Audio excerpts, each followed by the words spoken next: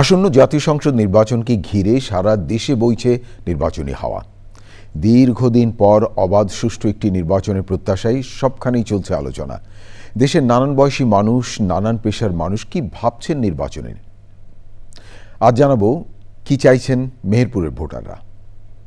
একজন নিষ্ঠাবান সৎ পদপ্রার্থীকে আমরা নির্বাচিত করতে চাচ্ছি। তো আমরা চাই যে ভোট যেহেতু আনন্দ, আমরা ভোটের সারথি হতে চাচ্ছি।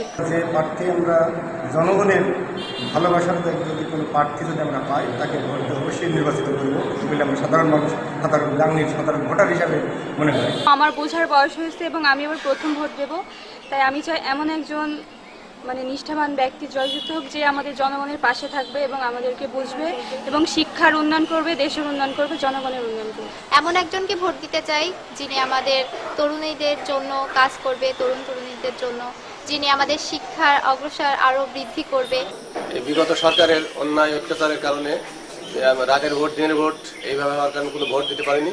তাই সামনে মানুষ মুখিয়ে আছে, মেহেরপুরের মানুষ তথা বাংলাদেশের মানুষ একদম মুখিয়ে আছে যে আমরা ভোট দেব।